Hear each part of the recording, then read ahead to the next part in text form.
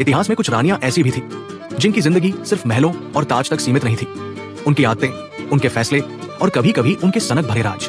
Catherine the great, 300 से ज्यादा प्रेमी वाली रानी कैथरीन, जिन्होंने रूस को यूरोप की महान शक्तियों में बदल दिया। लेकिन उनके बारे में एक और बात उतनी ही चर्चित है, उनके 300 से ज्यादा प्रेमी।